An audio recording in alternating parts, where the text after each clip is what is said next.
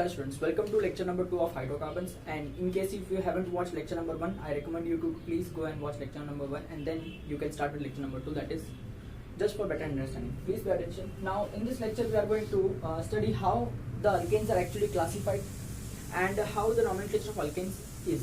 ठीक है, so let us start with that. सबसे पहले हम देख रहे हैं कि क्लासिफिकेशन ऑफ अल्केन्स का कर देते हैं. क्लासिफिकेशन ऑफ अल्केन्स, ठीक है. तो अगर हम अल्केन्स को देखो, ऐसा कोई इन जनरल क्लासिफिकेशन दिया हुआ तो है नहीं टेक्स्ट में. This is just for our better understanding that I am going to classify alkanes. ठीक है, देखो अल्केन्स को हम लोग ऐसे पढ़ सकते हैं कि जो अल्केन्स होता है उनको चेन के वाइज क्लासिफाई किया जा सकता है. चेन के wise in sense carbon skeleton के हिसाब से. तो let me write it, carbon chain के हिसाब से क्लासिफाई किया है. First one if I say it is called as open chain. ठीक है, तो इसके अंदर जो आने वाले कंपाउंड्स हैं ये एलिफेटिक कंपाउंड्स होते हैं, तो इन्हें मैं सिंपली अल्केन्स ही कहता हूँ. ठीक है, दूसरा जो होगा ऑफकोर्स वो क्या होगा, क्लोज चेन. ठीक है, और इनके अंदर जो कंपाउंड आने वाले हैं they are going to be homocyclic. ठीक है, और होमोसाइक्लिक के अंदर वाली कैटेगरी होती है homo aliphatic. Homo aliphatic, and उस होमो एलिफेटिक कंपाउंड के अंदर if there is carbon to carbon single covalent bond in a ring, then I will say that compound is called as cycloalkane. ठीक है, I hope you remember this very carefully because हमने already classification of hydrocarbons किया था, तो उसमें भी मैंने ये सारी चीज और सारे टर्म्स जो है वो डिटेल में एक्सप्लेनेशन दिया था लास्ट लेक्चर में. तो उम्मीद करता हूँ कि ये पॉइंट आपको अच्छे से समझ में आ रहा होगा कि देखिए ओपन चेन वाला कंपाउंड होगा उसमें कार्बन टू कार्बन क्या होगा, सिंगल बॉन्ड होगा. तो जैसे फॉर एग्जांपल मैं ले लेता हूँ CH3, CH2, CH2 and CH3. अगर मैं इसका नाम लिख देता हूँ तो चलो भाई कॉमन नेम में इसका नाम हो जाएगा N-ब्यूटेन. ठीक है, this is example of alkane in open chain, जो ऑलरेडी आप जानते हैं. ठीक है, दूसरा मैं किसका एग्जांपल लेने वाला हूँ, क्लोज चेन वाले में. अब देखिए बेटा, क्लोज चेन में क्या होता है कि अगर मैं कहता हूँ होमोसाइक्लिक कंपाउंड, क्लोज चेन का सबसे पहले ये मतलब होता है कि कार्बन की एक रिंग टाइप सिस्टम बन रही होगी. क्लोज चेन का सबसे पहले हम ये बता देते हैं क्या मतलब होता है कि रिंग टाइप सिस्टम बन रही होगी.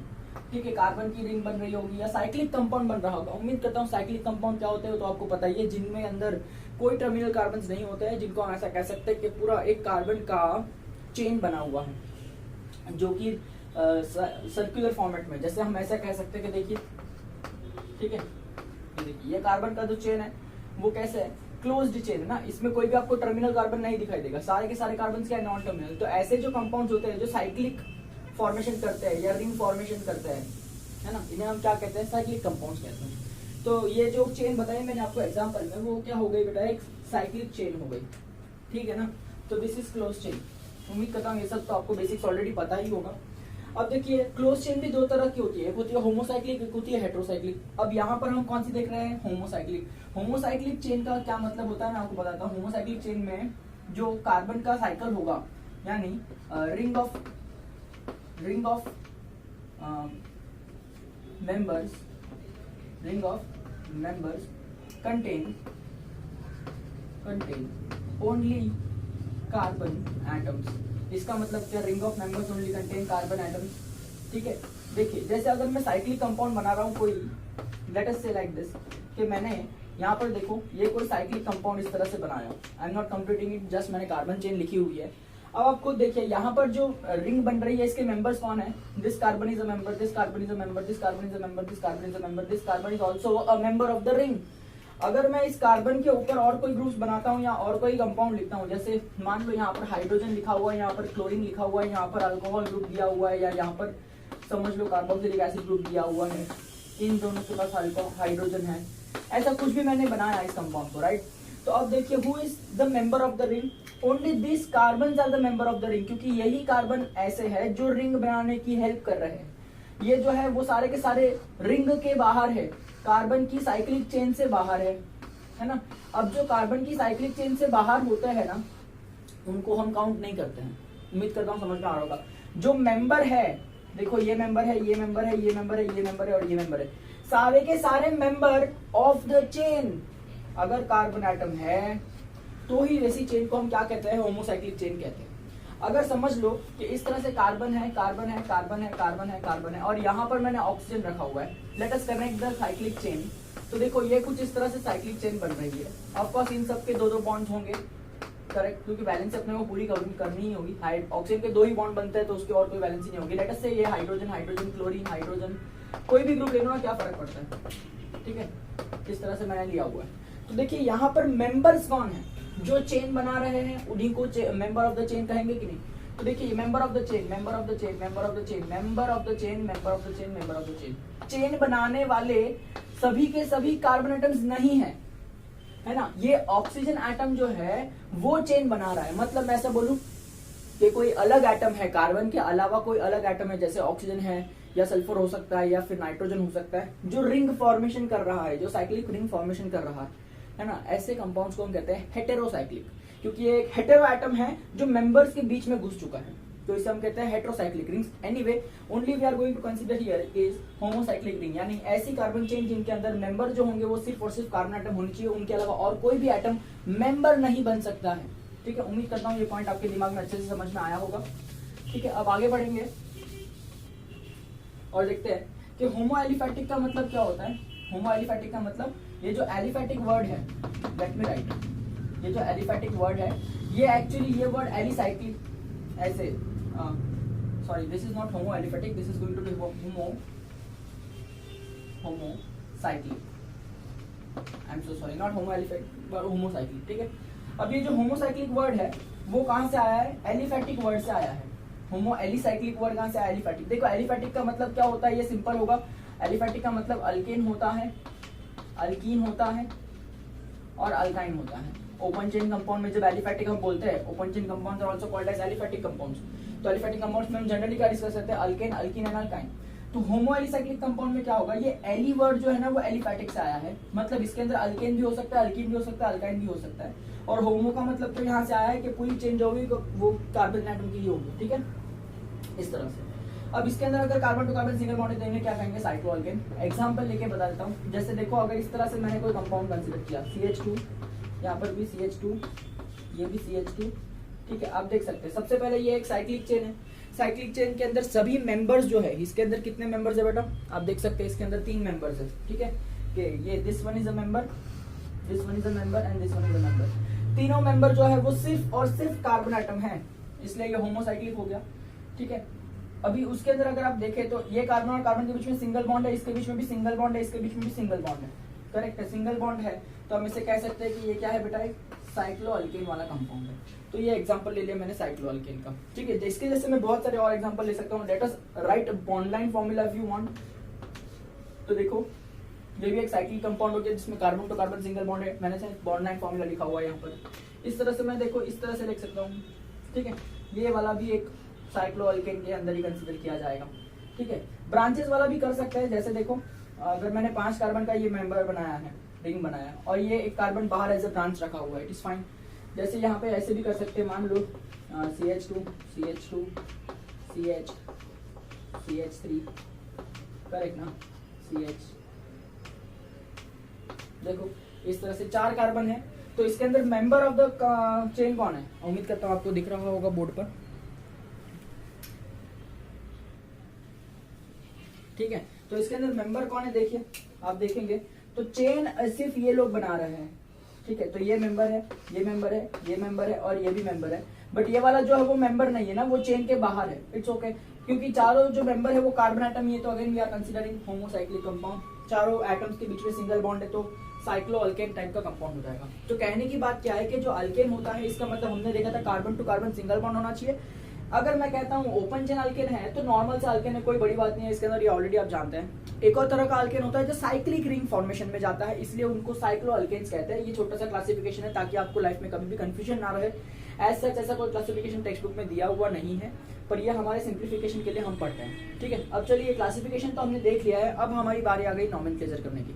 तो देखिए 14 चैप्टर जो था basic principles of organic chemistry, वहां पर मैंने आपको बहुत अच्छी तरह से बहुत डिटेल के अंदर कैसे कॉमन नेम लिखा जाता है और किस तरह से IUPAC नेम लिखा जाता है, ये मैंने बहुत ही डिटेल में ऑलरेडी आपको समझाया है। बट वो हमने सिर्फ एलिफैटिक कंपाउंड्स के लिए देखा, यानी simple alkane, open chain alkanes के लिए देखा है, ठीक है, तो चलिए फिर से एक बार ओपन चेन अल्केन्स के एग्जांपल्स कंसीडर करके उनको जरा रिवाइज कर लेते हैं उन फंडे को, और उम्मीद करता हूँ कि आप खुद ही अपने आप से इनका आईयूपीएसी नेम दे पा रहे होंगे। ठीक है, और मैं आपको आज के लेक्चर में साइक्लिक कंपाउंड्स के लिए भी आईयूपीएसी कैसे लिखते हैं वो भी सिखा दूंगा। ठीक है, बहुत ही आसान है, बिल्कुल भी डिफिकल्ट नहीं, टेंशन नहीं लेना है। ठीक है, एक एक करके हम एग्जांपल्स लेते हैं और आगे। सो देखिए, अब हम देखते हैं कि nomenclature of alkanes in open chain कैसे करते हैं। सबसे पहले हम लोग बात करते हैं कॉमन नोमेनक्लेचर की। देखिए, ये नोमेनक्लेचर इंटरनेशनली एक्सेप्टेड नहीं होता है, बट हम ऐसा कह सकते हैं कि कॉमन नोमेनक्लेचर बहुत बार बुक्स में यूज किया जाता है। It's just general term to express how the compounds actually look and what the structure of the compound is. तो ये ज्यादा इंपॉर्टेंट नहीं होता है, बट आपको याद रखना जरूरी होता है। देखिए, कॉमन नोमेनक्लेचर जो होता है वो मैक्स टू मैक्स 5 या 6 कार्बन एटम्स तक चलता है। ठीक है, अगर आपकी कार्बन चेन 5 या 6 कार्बन से बड़ी हो जाएगी तो जनरली उनका कॉमन नेम नहीं होता है, सिर्फ आईयूपीएसी नेम होता है, but this is very general term.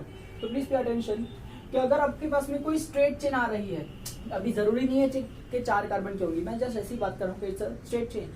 फिर अगर स्ट्रेट चेन आ रही है तो हम कैसे लिखते हैं, एन लिखते हैं, फिर एक हाइफन डालते हैं। ठीक है, फिर लिखते हैं हम लोग root word ane plus ane. अब रूट वर्ड क्या होता है, it gives you information about carbon atoms की। अगर 1 कार्बन होगा तो मीथ कहते हैं, 2 कार्बन होगा तो ईथ कहते हैं, 3 कार्बन होगा तो प्रोप कहते हैं, 4 कार्बन होगा तो ब्यूट कहते हैं, 5 कार्बन होगा तो पेंट कहते हैं। इस तरह से आपने 10th में भी पढ़ा था कि 10 कार्बन तक हम ऐसा नाम दे सकते हैं। तो इन सब वर्ड्स को हम क्या बोलते हैं, root word. Meth, eth, prop, but, pent, hex, hept, oct, non and dec, तो ये सभी को हम क्या कहते हैं, रूट वर्ड कहते हैं। तो अगर आपको कोई नॉर्मल चेन दिखाई देती है यानी स्ट्रेट चेन दिखाई देती है तो just put ane, then write hyphen and then you write root, and that root is again followed by suffix called as ane, क्योंकि अल्केन कंपाउंड पढ़ रहे हैं। हाँ, इनफैक्ट अगर उसके अंदर कार्बन कार्बन सिंगल बॉन्ड होगा तो आपको एन ही कहना पड़ेगा। ठीक है, अगर देखिए आप कुछ कंपाउंड्स देख रहे हैं और you come across some compounds like this, कि यहाँ पर कोई कार्बन की चेन है स्ट्रेट इस तरह से, but you see this kind of pattern कि भाई सेकंड कार्बन पर एक और कार्बन लगा हुआ है। देखो ये एल कॉर्नर जैसा कुछ पैटर्न अगर आपको दिखाई देगा ना, कि एग्जैक्टली सेकंड कार्बन पर एक कार्बन और लगा हुआ है। ठीक है, तो ऐसे जनरल टर्म्स को हम कहते हैं आइजो, ISO आइजो। देन अगेन आइजो के बाद में आपको लिखना है एक रूट वर्ड, फिर प्लस करके आपको लिखना है एन। ठीक है, root word indicates the total number of carbon atoms, correct. अगर देखो आप इस तरह से चेन के नोमेनक्लेचर पे आ जाओगे कभी, कि देखिए इस तरह से आपको एक चेन दिखाई देगी, कितने भी कार्बन की हो सकती है, नॉट नेसेसरली 3 कार्बन की, बट आप देखो सेकंड कार्बन पर ना आपको ऐसा 2 बार सी ग्रुप दिखाई देगा, 2 बार इस तरह से, देखिए, है ना।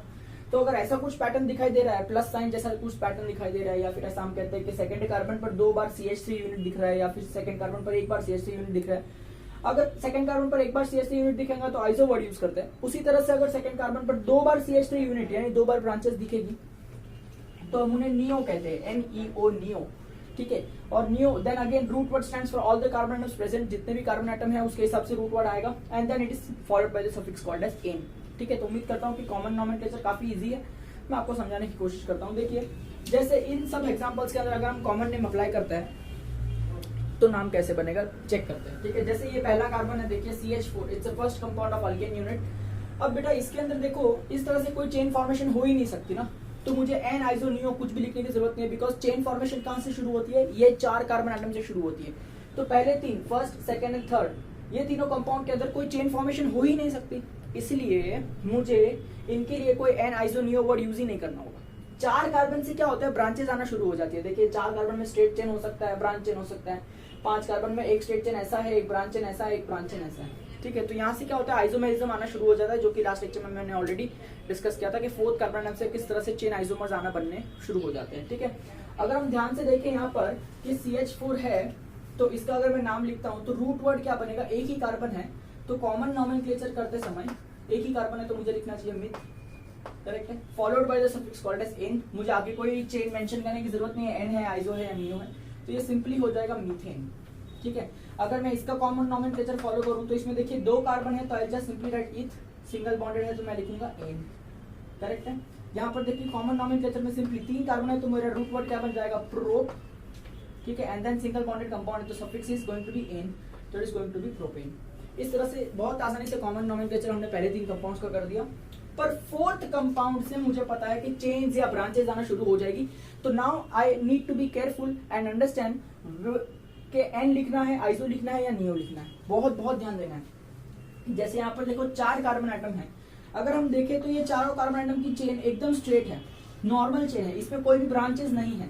तो नॉर्मल चेन है इसलिए मुझे N लिखना चाहिए, देन एक हाइफन डालना चाहिए। टोटल कार्बन 4 है इसलिए मुझे लिखना चाहिए ब्यूट, करेक्ट है। एंड सफिक्स N होगा because it is followed by single bond, तो ये हो जाएगा N। तो this compound in common nomenclature, mind you IUPAC नहीं बता रहा हूँ, कॉमन में बता रहा हूँ, तो इसमें आ जाएगा N ब्यूटेन इस तरह से कुछ, ठीक है। हाँ, you can mention this BS small क्योंकि ऑलरेडी हमने आगे N लिखा हुआ है, ठीक है। आगे वाला N कैपिटल नहीं लिखना, छोटा ही होना चाहिए। N stands for normal chain, ठीक है। अब देखिए ये हो जाएगा CH3 CH CH3 CH3। अब आप अगर ध्यान से देखें तो आपको ना ऐसा एक चेन दिखाई देगा स्ट्रेट, और एक आपको ना ऐसा ब्रांच जैसा दिखाई देगा। उम्मीद करता हूँ समझ में आ रहा होगा। तो देखिए आपको नहीं लगता कि ये वाला जो पैटर्न है वो कहीं ना कहीं इससे रिलेट कर रहा है, क्योंकि देखिए एक चेन हो रही होगी और आपको एक ब्रांच मिल रहा होगा कुछ इस तरह से। देखिए एल कॉर्नर जैसा एक ब्रांच मिल रहा है कि नहीं आपको, ठीक है। तो अगर ऐसा आपको एक ब्रांच मिलता है, एल कॉर्नर जैसा ब्रांच मिलता है, ठीक है, तो हम कौन सा वर्ड यूज करते हैं बेटा? आइसो वर्ड यूज करते हैं कॉमन नेम में।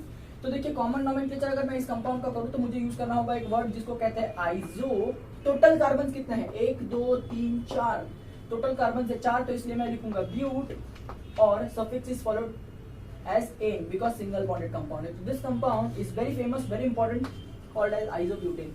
एग्जाम में बहुत बार पूछ ही लेते हैं इसको, बहुत ज्यादा जरूरी कंपाउंड है, याद रखिएगा। इसका नाम है आइसोब्यूटेन। Very nice. अगर हम 6 कार्बन की ओर बढ़े बेटा तो यहाँ पर देखिए आप देख सकते हैं सिर्फ एक स्ट्रेट चेन है, नॉर्मल सी चेन है। अगर कॉमन नेम लिखना है, नॉर्मल सी चेन है, तो N लिखना चाहिए, तो N लिख दिया। 1 2 3 4 5 टोटल कार्बन एटम्स है 5, तो मेरा रूट वर्ड बनना था pent followed by the suffix of ane because it has a single bond. तो इसका नाम बहुत आसानी से N पेंटेन हो जाएगा, वेरी सिंपल। अगर आप 7th कंपाउंड की ओर देखें और इसका मैं कॉमन नेम लिखने की ट्राई करूं तो आप देखिए आपको एक चेन दिखाई देगी स्ट्रेट चेन जैसी, और आपको एक CH3 की ब्रांच दिखाई देगी। तो क्या आपको ऐसा नहीं लगता कि ये कोई एल फॉर्मेशन जैसा है? देखो एल कॉर्नर जैसा बन रहा है। क्या ये चेन इसके जैसी नहीं लग रही आपको कि सेकंड कार्बन पर एक ब्रांच दिखाई दे रही है? तो ऐसे टर्मिनोलॉजीज को हम जनरली आइसो कहते हैं। तो ये हो जाएगा iso. Now total carbon atoms are 1 2 3 4 and the 5th one is branch, तो इसे मैं कहता हूँ आइसोपेंट, और सिंगल बॉन्डेड है तो मैं कहता हूँ इसे एन। उम्मीद करता हूँ ये पॉइंट अच्छे से समझ में आ रहा होगा। इट्स जस्ट रिवीजन, मैं ऑलरेडी ये सब डिटेल में पहले 14 चैप्टर में करा चुका हूँ। अगर आप 8th कंपाउंड को देखें तो आपको ऐसा नहीं लगता कि इसमें एक ऐसे स्ट्रेट चेन है और सेकंड कार्बन पर एक CH3 मिल रहा है और उसी कार्बन पर एक और CH3 मिल रहा है? तो don't you think this chain is somewhere related to this type of compound? ठीक है, जहां पर 2 ब्रांचेस मिलती है, देखो जहां पर 2 ब्रांचेस मिलती है एक ही कार्बन आइटम पर, राइट। तो ये जो कंपाउंड है इसका कॉमनली अगर हम बात करें तो इसे कहते हैं neo chain because it's a type of chain we have already done here. और 5 कार्बन है तो कितना लिखना चाहिए? पेंट। और सिंगल बॉन्डेड है तो लिखना चाहिए एन। अब देखिए इसके बाद 6 कार्बन में भी ब्रांचेस आती ही होंगी। 6 कार्बन के अंदर भी कॉमन नोमेनक्लेचर किया जा सकता है, but it keeps on getting difficult and it becomes difficult for us to understand and identify the compound like that. ठीक है, तो इसलिए हम लोग कॉमन नोमेनक्लेचर जो करते हैं at the maximum 5 carbon atoms तक करते हैं। जैसे यहाँ पर इसके बाद 6 कार्बन एटम्स आ जाएंगे तो it is not possible for us to understand them quite successfully in terms of common names. ठीक है, तो now what we do is we do IUPAC name. Do remember IUPAC nomenclature is the one of the best nomenclature to give for the compound so that we can understand each and every pattern of the compound। ठीक है, ये बहुत he accepted होता है और ये बहुत ही particular होता है। इनफैक्ट ये हर एक चेन पर एप्लीकेबल होता है। जैसे कॉमन नेम कैसे 5 कार्बन तक ही आता है, वैसे IUPAC नेम है ना वो कितने भी कार्बन तक किया जा सकता है। ये सब चीजें आपको ऑलरेडी पता होनी चाहिए। ये सब बेसिक डिटेल्स तो आपने थोड़ी बहुत 10th स्टैंडर्ड में भी अपने पढ़ी ही होंगी। ठीक है, तो अगर मैं जनरल टर्म्स की बात करूं IUPAC में तो देखिए आपको नाम बेटा एक रूट वर्ड मिलता है IUPAC में। ठीक है, उस रूट वर्ड के बाद में जो आप लिखते हैं उसे आप कहते हैं सफिक्स, और उसके आगे आप जो लिखते हैं उसे हम कहते हैं प्रीफिक्स। ठीक है, रूट वर्ड क्या होता है? जिससे आपको कार्बन एटम्स पता चलते हैं। तो ये रूट वर्ड कैसे ढूंढते हैं हम लोग? ये रूट वर्ड ढूंढते हैं हम लोग बाय लॉन्गेस्ट चेन सिलेक्शन। ठीक है, लॉन्ग चेन सिलेक्शन का रूल ऑलरेडी आपने पढ़ रखा होगा। लॉन्ग चेन सिलेक्शन करके बेटा उसको नंबरिंग रूल देना होता है। उसको नंबरिंग करनी होती है लेफ्ट हैंड साइड या राइट हैंड साइड से, depending upon where you get the lowest numbers. ठीक है, उसके बाद में आपने लिखना होता है सफिक्स, जो कि अल्केन के केस के अंदर हमेशा एन होने वाला है, ANE, because we are studying alkanes. अगर और कोई कंपाउंड होता तो और कोई सफिक्स आता है, जैसे जैसे हम आगे बढ़ेंगे सिखाते जाऊंगा। ठीक है, और अगर मैं प्रीफिक्स की बात करूँ तो प्रीफिक्स में हमको सिर्फ ब्रांचेस पता चलती है कि ब्रांचेस क्या लगी हुई है, और उस ब्रांचेस के लोकेशन भी पता चलता है कि कौन सी पोजीशन पर रखे हुए हैं। ठीक है, तो जैसे अगर मैं बात करता हूँ IUPAC नेम लिखने की तो सबसे पहले आपको रूट वर्ड लिखना चाहिए, उसके बाद में आपको सफिक्स लिखना चाहिए, और उसके बाद में you have to write the prefix. ठीक है, इस तरह से पैटर्न करेंगे तो आपका नाम रॉन्ग नहीं हो पाएगा कभी। जैसे हम IUPAC के इन्हीं रूल्स को यहाँ पर अप्लाई करते हैं। ठीक है, फर्स्ट कंपाउंड में। तो now I am going to write IUPAC name, तो please please please be very careful in writing IUPAC nomenclature, ठीक है। देखिए अब यहाँ पर एक ही कार्बन आइटम दिखाई दे रहा है। सबसे पहले IUPAC में रूट वर्ड लिखते हैं, रूट वर्ड यानी number of carbon atoms. Longest chain यहाँ सिलेक्ट क्या करेंगे भाई, एक ही तो चेन है, एक ही तो कार्बन है, उसमें क्या चेन सिलेक्शन करेंगे, और नंबरिंग भी क्या करेंगे, ठीक है, एक ही तो कार्बन है, तो एक ही कार्बन है, इसलिए मेरा रूट वर्ड बनता है मीथ, ठीक है। Then suffix is going to be ane, तो देखिए इसका नाम क्या आया, मीथेन। नाउ लकीली इसका कॉमन नेम और IUPAC नेम दोनों सेम है, लकीली, ठीक है, हर बार ऐसा जरूरी नहीं होता है। इथेन, ठीक है, ये कॉमन नेम है। Let us go for IUPAC nomenclature. अगर हम देखें फर्स्ट रूट वर्ड और लॉन्गेस्ट चेन, तो लॉन्ग चेन भाई दो ही कार्बन है, उसमें क्या लॉन्ग चेन होगा, दो ही तो कार्बन का चेन है। अगर दो ही तो कार्बन का चेन है तो मेरा रूट वर्ड क्या बनता है, ईथ, करेक्ट है, तो ईथ हो गया। Then I write suffix, suffix में क्या आने वाला है, इन, तो अब यहाँ देखिए इसका नाम हो जाएगा इथेन। अब लकीली यहाँ पर भी कॉमन नेम और IUPAC नेम सेम है, ऐसा हर बार होता नहीं है, ठीक है, लकीली यहाँ पर सेम है। यहाँ पर देखते हैं रूट वर्ड सिलेक्ट करने के लिए लॉन्गेस्ट चेन सिलेक्ट कीजिए, तो लॉन्गेस्ट चेन एक ही कार्बन की ऐसी एक ही चेन बन रही है, तो रूट वर्ड क्या मिलता है 3 कार्बन से, तो मैं लिख दूंगा प्रोप मिलता है, ठीक है। सफिक्स में मुझे क्या आना चाहिए, एन, क्योंकि सिंगल बॉन्डेड कंपाउंड है तो ये एन। अब लकीली यहाँ पर भी IUPAC name and common name same है, ऐसा हर बार होता नहीं है। अब फोर्थ कार्बन में आते हैं, फिर से देखिए लॉन्गेस्ट चेन को सिलेक्ट करिए, तो देखिए IUPAC के हिसाब से लॉन्गेस्ट चेन तो ये एक ही बन रही है और कोई तो चेन नहीं बन रही है, तो मेरा रूट वर्ड क्या बन जाएगा कि भाई ब्यूट बन जाएगा, करेक्ट है। अब सिंगल बॉन्डेड है तो मेरा सफिक्स क्या हो जाना चाहिए, एन हो जाना चाहिए, तो ये एन, इसका IUPAC नेम आएगा ब्यूटेन। देखिए यहाँ पर IUPAC नेम और कॉमन नेम सेम नहीं है, कॉमन नेम में ये एन ब्यूटेन है और IUPAC नेम में ये सिर्फ ब्यूटेन है, ठीक है, तो दोनों नाम अलग है, ध्यान रखना। अब देखिए फिफ्थ कार्बन पे आते हैं, सिलेक्ट द लॉन्गेस्ट चेन। अब लॉन्गेस्ट चेन देखो, या तो आप इस तरह से सिलेक्ट कर सकते हो, या तो फिर आप इस तरह से सिलेक्ट कर सकते हो, या तो आप इस तरह से सिलेक्ट कर सकते हो। मैं सिंप्लीफाइड रखता हूँ चीजों को, तो मैं एक लॉन्गेस्ट चेन इस तरह से सिलेक्ट कर लेता हूँ। एक बार आपने लॉन्गेस्ट चेन सिलेक्ट कर ली तो आपको नंबरिंग करनी होगी, ठीक है। अब खैर यहाँ पर तो स्ट्रेट चेन थी, नंबरिंग करने का कोई मतलब नहीं था, पर यहाँ पर नंबरिंग करेंगे because now we have to see कि ब्रांचेस जो है वो कौन सी पोजीशन पर आ रही है। तो I can number from left to right और I can number from right to left, ठीक है। From which way should I number, I should number such a way that I get least number for the branches. So if I start numbering from here, so 1 and 2, the branch will come on second carbon atom, right? And if suppose I have started numbering from here, so ये 1, ये 2, again the branch would have come on second position only. तो that means either कहीं से भी numbering करो कोई फर्क नहीं पड़ता, बिकॉज ब्रांचेस को सेकंड पोजीशन ही आ रही है। तो चलो यहाँ से नंबरिंग करते हैं, this is carbon number 1, this is carbon number 2, this is carbon number 3। Now longest chain में जो कार्बन एटम होते हैं उन्हीं का रूट वर्ड लिखते हैं, ठीक है। तो देखिए 1, 2 और 3, तो मेरा रूट वर्ड बन जाएगा प्रो, ठीक है। Then I have to write suffix, suffix में क्या आएगा, एन, तो लेट मी राइट एन, ठीक है। Then I will write prefix, prefix में क्या आता है, branches. If you check it out here, this CH3 is called as a branch, methyl का ब्रांच है ना, ऑलरेडी हम पढ़ चुके हैं। CH3 को क्या बोलते हैं, मिथाइल बोलते हैं, और ये मिथाइल का ब्रांच है जो कौन सी लोकेशन पे है बेटा, ये सेकंड पोजीशन पर है, देखिए सेकंड लोकेशन पर है, तो it is going to be 2 and then I will write methyl and of course it's a one word, so I will need to connect L with P। IUPAC is a whole one word, there should be no space between it, और obviously mathematical number और English होगा तो बीच में hyphen डालेंगे, ठीक है, इस तरह से। तो IUPAC में इसका नाम क्या आ जाएगा बेटा, it is going to be 2-methyl propane। I hope that is clear to you all, it is going to be 2-methyl propane, ठीक है। Now if you look at it carefully, अगर मैं कॉमन नेम देखूं तो मेरा नाम क्या बन रहा है, आइसोब्यूटेन। नाउ ऐसा क्यों है, क्योंकि हम लोग कॉमन नेम में सारे कार्बन एटम्स देखते हैं, तो टोटल कार्बन एटम्स 4 है, इसलिए यहाँ पर ब्यूट रूट वर्ड आ रहा है। बट IUPAC में हम सारे कार्बन एटम्स नहीं देखते हैं, हम सिर्फ लॉन्गेस्ट चेन के कार्बन एटम्स को रूट वर्ड में गिनते हैं। तो लॉन्गेस्ट चेन में तो 3 ही कार्बन है, दैट इज वाई प्रोप आ रहा है, ठीक है। तो उम्मीद करता हूँ ये सब कॉमन चीजें हैं, बहुत इजी चीजें हैं जो ऑलरेडी आपको पता होंगी, ठीक है। अब चलिए बढ़ते हैं 6th कंपाउंड की तरफ। अब थोड़ी सी पेस पकड़ेंगे और फटाफट हम करते जाएंगे। देखिए 6th कंपाउंड के अंदर यहाँ पर देखिए, अगर मैं IUPAC के हिसाब से लॉन्गेस्ट चेन सिलेक्ट करूँ तो सिर्फ यही हो रही है।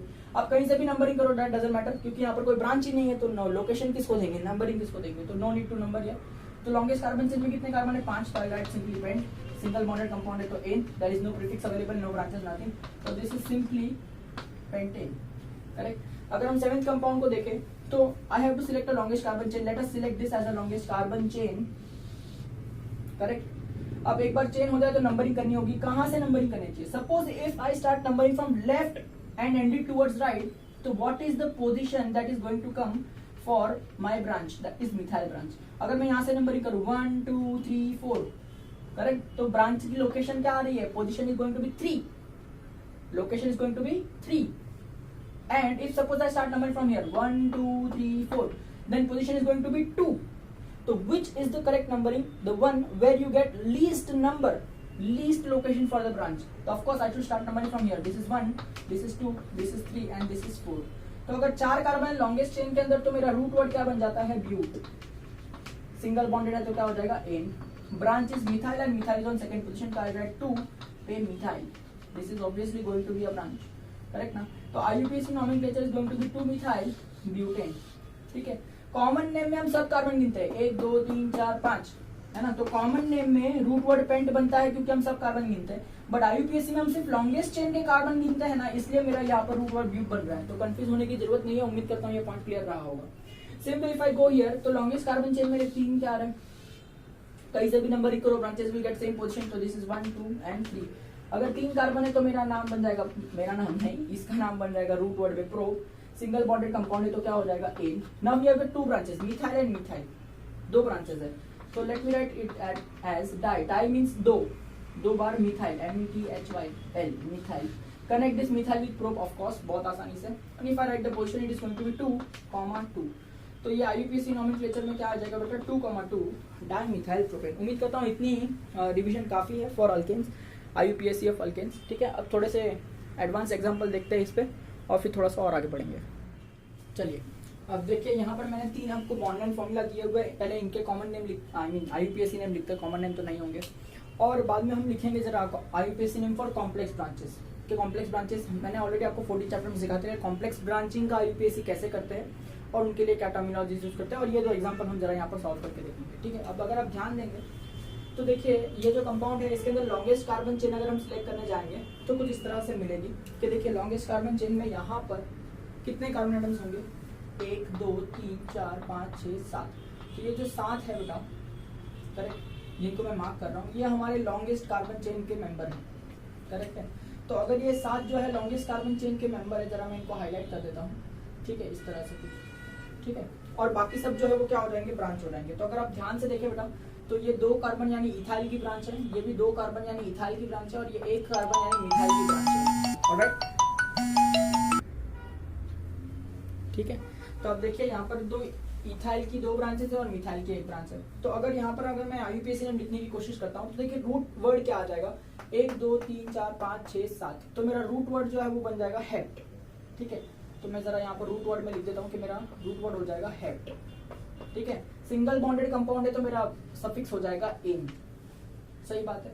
अब मुझे नंबरिंग करनी पड़ेगी ना इस लॉन्गेस्ट चेन को, तो कहां से करूं? जहां से ब्रांचेस को कम नंबर मिले। अगर मैं यहां से नंबरिंग शुरू करूंगा तो देखिए क्या आ जाएगा? 2, 3, 4, और यहाँ से नंबरिंग करेंगे तो क्या आ जाएगा? 1 2 3, 4, 5। तो सबसे कम नंबरिंग मेरे को इस साइड से मिल रही है, तो let us start numbering from here. तो हो जाएगा 1st, 2nd, 3rd, 4th, 5th, 6th and 7th। तो अब देखिए, अगर हम यहाँ पर प्रीफिक्स लिख रहे हैं तो हमें यहाँ पर अल्फाबेटिकल ऑर्डर फॉलो करना होता है। तो इथाइल और मिथाइल में अल्फाबेटिकली इथाइल प्रायर हो जाएगा, है ना। तो हम क्या लिखेंगे? इथाइल 2 बार है, तो 2 बार है तो मुझे लिखना पड़ेगा डाई इथाइल, ठीक है। अब डाई इथाइल का डी नहीं कंसीडर करते अल्फाबेटिकल ऑर्डर में, ई कंसीडर करते हैं। आई उम्मीद करता हूँ इतनी सारी बेसिक नॉलेज तो आपको होगी। तो हो जाएगा डाई इथाइल। अब डाई इथाइल की पोजीशन क्या है? 4 और 5। तो मैं जरा यहाँ मेंशन कर देता हूँ 4, 5 डाई इथाइल। मिथाइल की पोजीशन है 3, तो 3 पर आ जाएगा अपना मिथाइल, और इसको मैं अच्छे से कनेक्ट करूंगा H से, तो अपना जो IUPAC नोमेनक्लेचर हो जाएगा इस कंपाउंड को हो जाएगा 4 5 डाइथाइल 3 मिथाइल हेप्टेन, ठीक है। सेकेंड वाले कंपाउंड में अगर हम लॉन्गेस्ट चेन सेलेक्ट करें तो कुछ इस तरह से आएगी, देखिए 1 2 3 4 5 6 7 एंड 8। अगर 8 कार्बन का लॉन्गेस्ट चेन है इस तरह से कुछ, करेक्ट। तो अगर मैं लॉन्गेस्ट चेन को जरा हाईलाइट कर देता हूं तो देखिए मेरा 8 कार्बन का लॉन्गेस्ट चेन कुछ इस तरह से चलेगा, करेक्ट है। अब मेरे ब्रांचेस चेक कर लेता हूँ। देखिए ये जो है वो मिथाइल का ब्रांच है 1 कार्बन का, ये भी जो है मिथाइल का ब्रांच है, और ये भी जो है वो मिथाइल का ब्रांच है। तो 8 कार्बन है तो मेरा रूट वर्ड क्या हो जाता है, ऑक्ट हो जाता है। तो सबसे पहले मैं रूट वर्ड लिखता हूँ ऑक्ट, सफिक्स के अंदर क्या हो जाएगा, सारे सिंगल बॉन्डेड है तो क्या हो जाएगा, एन। सही बात है। तो अब यहाँ पर अगर मैं ब्रांचेस को देखता हूँ तो methyl methyl methyl 3 methyl group है ना, तो 3 मिथाइल अगर ग्रुप है तो हम क्या लिखते हैं, ट्राई मिथाइल, ट्राई मिथाइल। अब ट्राई मिथाइल को ओ से अच्छे से कनेक्ट करेंगे। अगर मैं नंबरिंग करूंगा यहाँ पर तो देखिए सबसे छोटी नंबरिंग कहाँ से आएगी, अगर यहाँ से नंबरिंग करूंगा तो क्या आएगा, 1 2 3 4 5 6, करेक्ट। तो नंबरिंग क्या आ रहा है, 3 and 6।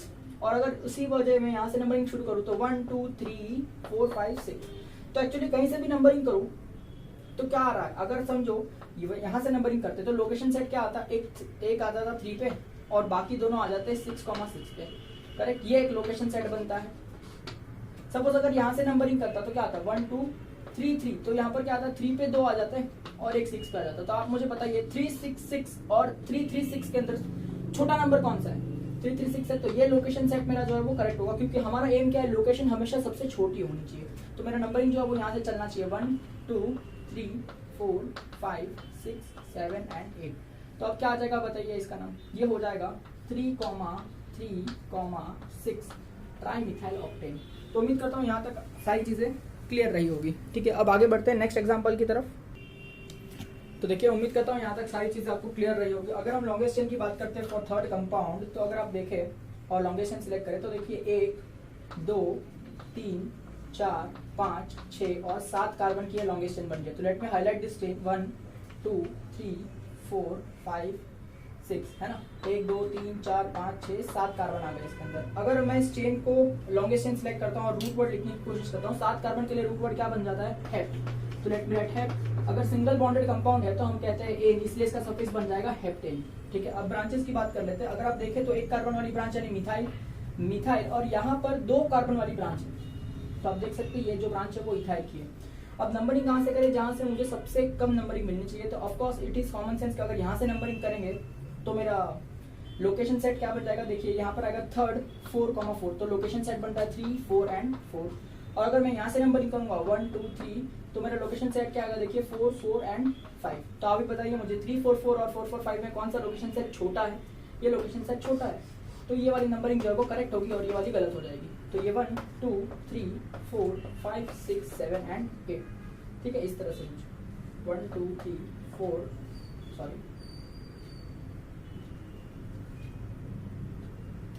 5 6 and ये 7, इस तरह से करेक्ट।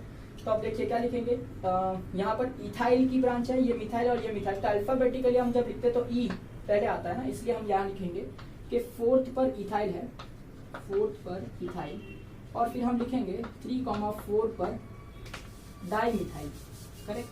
तो डाई मिथाइल के लिए हम लिखते हैं, ऑफ कोर्स डी छोटा रहेगा, डाई मिथाइल। और यहाँ से कंटिन्यू करते हुए हमारा original word that is heptane, HEPT hept, और सिंगल बॉन्डेड है तो हम क्या लिखेंगे, इन। ठीक है,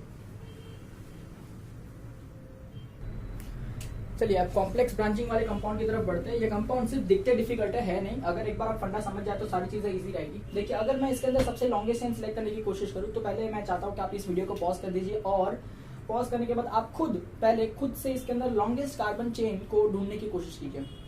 ठीक है, I hope you will do that.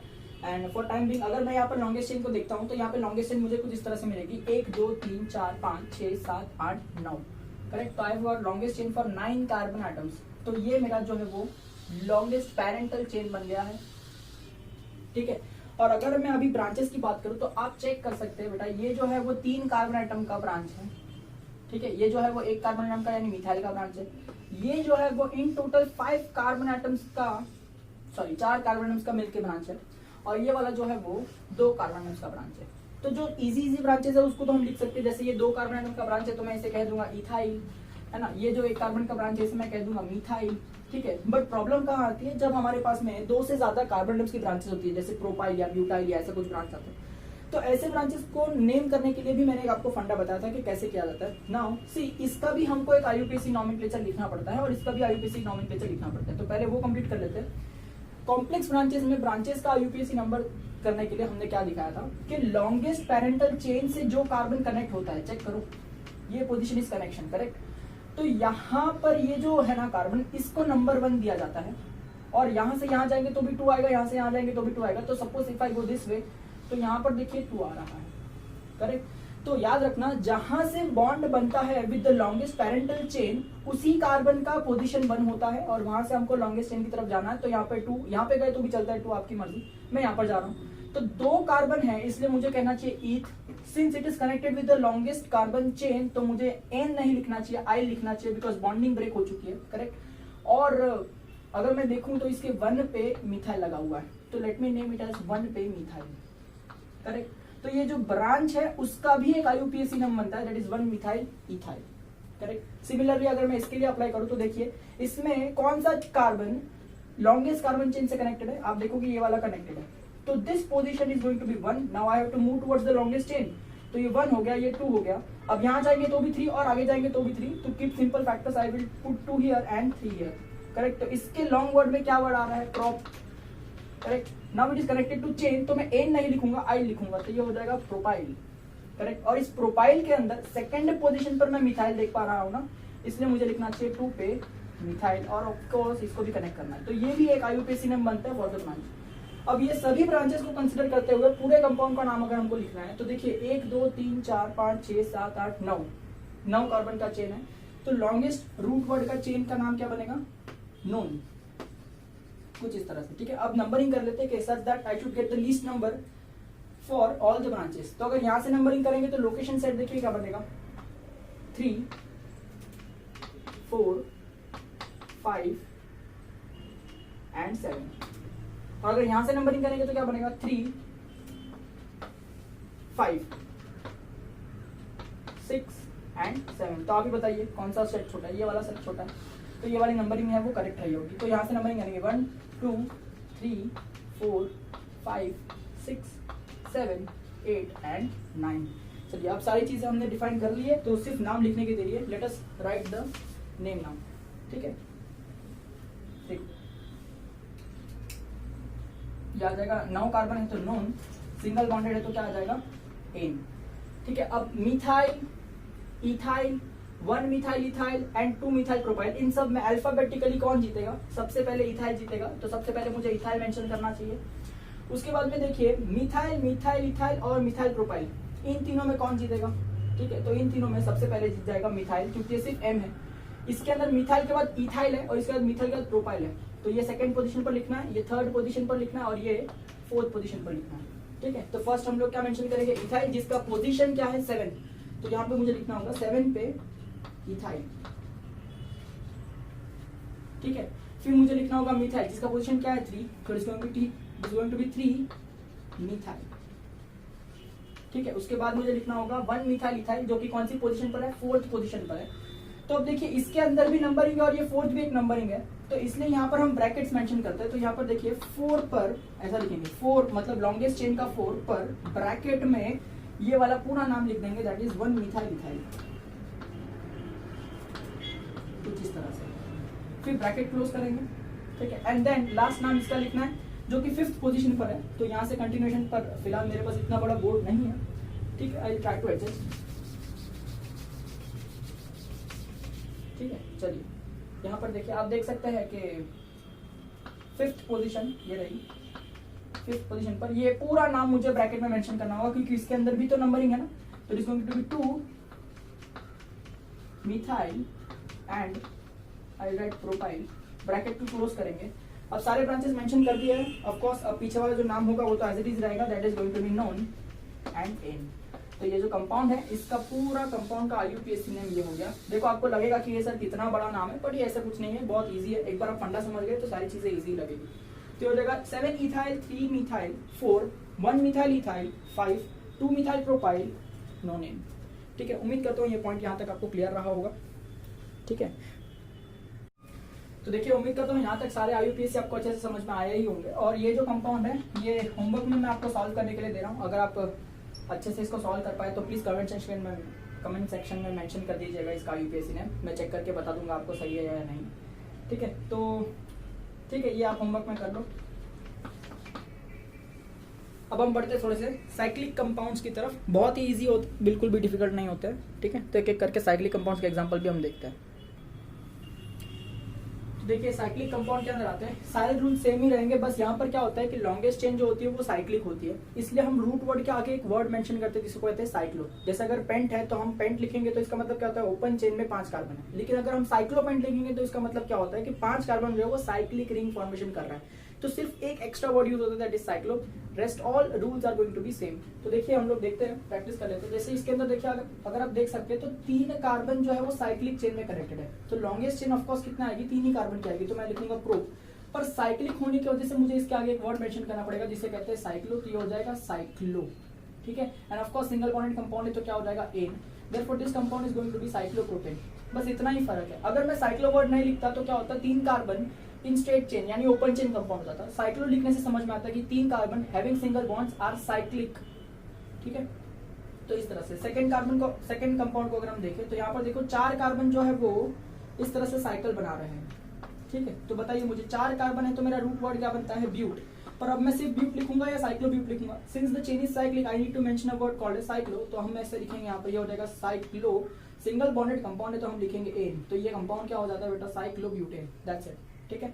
जैसे अब यहाँ पर हम थोड़े से ब्रांचेस इंट्रोड्यूस करते हैं, जैसे 4 कार्बन वाला साइक्लिक चेन है और 1 कार्बन एटम जो है आप देख सकते हैं साइकिल के बाहर यानी ब्रांच की तरह काम कर रहा है।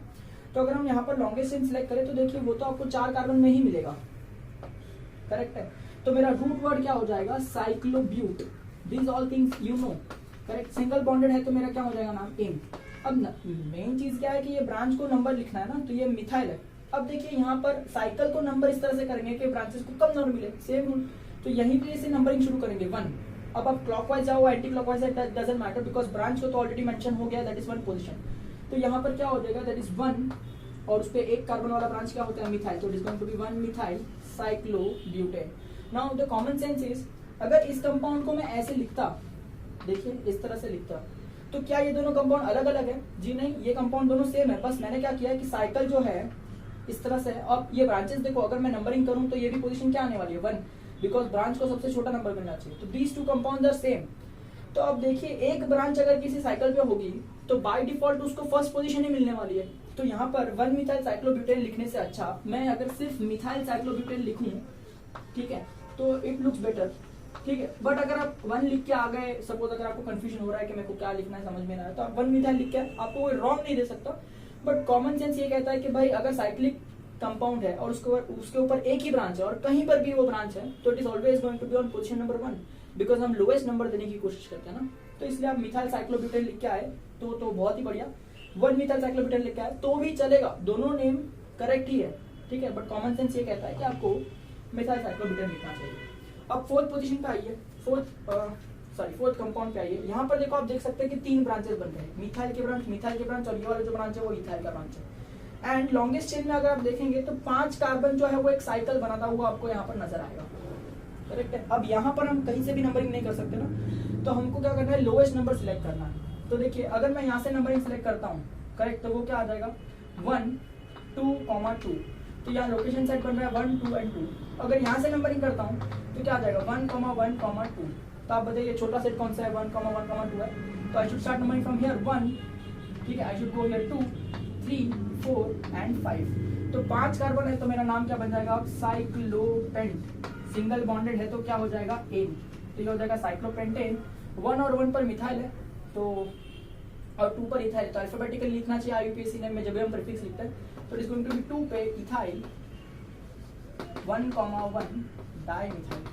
उम्मीद करता हूँ ये पॉइंट आपको समझ में आ रहा होगा, ठीक है। यहाँ पर सारे रूल सेम है, बस बेटा मैंने क्या किया, यहाँ पे चेंज जो है उसको साइक्लिक कर दिया, दैट्स इट, ठीक है, ज्यादा डिफिकल्ट बात नहीं है। 5th वाला देखें अगर हम, तो यहाँ पर देखो 6 कार्बन का रिंग हमको दिखाई दे रहा है लॉन्गेस्ट चेन में, करेक्ट है। हमको नंबरिंग इस तरह से करनी है कि सबसे छोटा नंबर मिले सभी कंपाउंड्स को, सभी ब्रांचेस को। आई मीन तो ये हो जाएगा, सपोज इसको अगर हम 1 देते हैं तो अगर यहाँ से जाएंगे तो क्या आएगा 3, 4 एंड 6।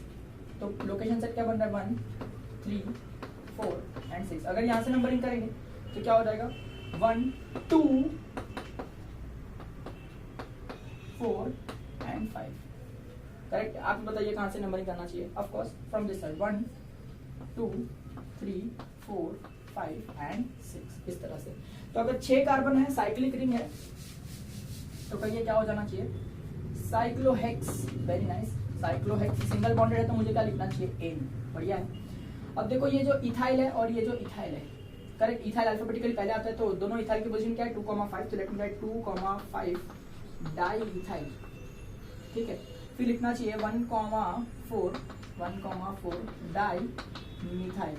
ठीक है, और इसको बहुत अच्छे से मुझे ज्वाइन करना चाहिए साइक्लोहेक्सेन से, तो इसका नाम हो जाएगा 2,5 डाईथाइल 1,4 डाईमिथाइल साइक्लोहेक्सेन, इस तरह से।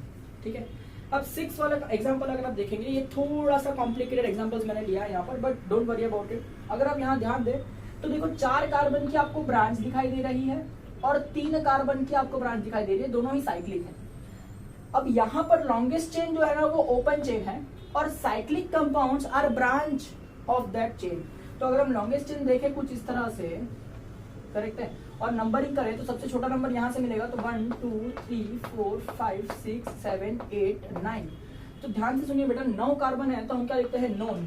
सिंगल बॉन्ड है तो हम क्या लिखते हैं, ane. Since the longest chain is open, मुझे साइक्लोनोनेन थोड़ी लिखना होगा, ओपन चेन है तो भाई नोनेन ही लिखेंगे ना। अब यहाँ पर देखो ये वाली जो ब्रांच है और ये वाली जो ब्रांच है, इनका जरा आईयूपीएसी देते हैं, करेक्ट। अब ये जो ब्रांच है 3 कार्बन की है तो मुझे क्या लिखना चाहिए, प्रो। सिंगल बॉन्डेड है और चेन से कनेक्टेड है, देखो चेन से ये वाला पोजीशन कनेक्टेड है तो क्या लिखना चाहिए, आई। अब साइक्लिक है तो क्या लिखना चाहिए, साइक्लोप्रोपाइल। तो this branch is going to be called as cyclopropyl and this branch of course it's a common sense, it will be called as, बोलो क्या आएगा, साइक्लोब्यूटाइल। Very nice. ठीक है, अब देखो साइक्लोप्रोपाइल और साइक्लोब्यूटाइल में अल्फाबेटिकली यहाँ पे P है और यहाँ पर B है तो ये जीत जाएगा, इसलिए इसका नाम आगे लिखना चाहिए। तो ये हो जाएगा 3 पे ब्रैकेट में cyclobutyl, bracket to be closed, then 6 पे bracket open cyclopropyl. Very nice, bracket to be closed. तो ये क्या हो जाएगा, 3 साइक्लोब्यूटाइल 6 साइक्लोप्रोपाइल नोन एन। ठीक है, बहुत ही सिंपल है। 7th वाले एग्जांपल के अंदर देखिए, अब यहाँ पर देखिए लॉन्गेस्ट चेन जो है वो बड़ी है और ओपन चेन है 1 2 3 4 5 एंड 6, करेक्ट है। अब ये देखो ये वाला जो कार्बन है साइक्लिक कंपाउंड है, साइक्लिक कंपाउंड वो ब्रांच में बना हुआ है और साइक्लिक कंपाउंड के ऊपर भी एक इटसेल्फ एक ब्रांच है। तो यहाँ पर लॉन्गेस्ट चेन क्या आ जाएगी, ये आ जाएगी। देखिए ये अपनी लॉन्गेस्ट कार्बन चेन है जिसके हिसाब से हम अपना नाम लिखेंगे। नंबरिंग ऑफ कोर्स कम होनी चाहिए तो यहाँ से नंबरिंग करेंगे तो ही 3rd पोजीशन आएगा ना, यहाँ से करेंगे तो 4th हो जाएगा। ये 1 2 3 4 5 6। अब 6 कार्बन है तो क्या लिखेंगे, हेक्स। सिंगल बॉन्ड है तो क्या लिखेंगे, एन। ठीक है, क्योंकि ओपन चेन है मुझे साइक्लिक लिखने की जरूरत नहीं है, तो ये हो जाएगा हेक्सेन। अब हेक्सेन के ये वाला जो है वो एक कॉम्प्लेक्स ब्रांच हो गया, करेक्ट है। अगर आप ध्यान दें तो मैं नंबरिंग वहां से करूंगा जहां से वो मेन चेन से कनेक्टेड है। तो this is going to be 1, this is going to be 2, this is going to be 3 and this is going to be 4। तो ये जो कॉम्प्लेक्स मेरी ब्रांच है ना, जरा इसका नाम देते हैं कि इसमें 4 कार्बन की ब्रांच और साइक्लिक है, तो मेरे को साइक्लो 4 कार्बन की ब्रांच ब्यूट और कनेक्टेड टू लॉन्ग चेन है तो क्या लिखना चाहिए बेटा, आई लिखना चाहिए। तो हो जाएगा साइक्लोब्यूटाइल। और इस साइक्लोब्यूटाइल में भी 3rd पोजीशन पर आपको मिथाइल की ब्रांच दिख रही है, राइट। तो आई राइट 3 पे मिथाइल। उम्मीद करता हूँ ये पॉइंट आपको समझ में आ रहा होगा, it is not that difficult. तो this whole branch has its own IUPAC name, that is 3-methyl cyclobutyl, and this 3-methyl cyclobutyl is connected on 3rd position to the longest chain. तो अब क्या लिखना चाहिए, ऐसा लिखना चाहिए 3rd पोजीशन पर bracket open, this whole name that is going to be 3-methyl cyclobutyl, bracket closed, correct है। और क्या आ जाएगा यहाँ पर, हेक्सेन। थोड़ा सा पास में लिखेंगे इस तरह से, ठीक है। तो उम्मीद करता हूँ ये पॉइंट जो है मैं क्लियर करवा रहा हूँ बहुत ही अच्छे से, ठीक है। अब देखिए मुझे पता है कि मैंने यहाँ पर थोड़ा सा पेसअप कर दिया है स्टडीज को, लेकिन ये इसलिए कर रहा हूँ क्योंकि हम ऑलरेडी ये सब नॉमेनक्लेचर कहीं ना कहीं थोड़ा बहुत 14 चैप्टर में देख चुके हैं। हाँ, साइक्लिक कंपाउंड नहीं देखे थे, बट बाकी के तो हम लोग में देखे थे और रूल्स भी बहुत अच्छे से हमको याद है, इसलिए मैंने यहाँ पे थोड़ा पेसअप किया। उम्मीद करता हूँ पॉइंट समझ में आ रहा होगा। If you still want me to slow it down, let me know in the comment section, right. Thank you so much.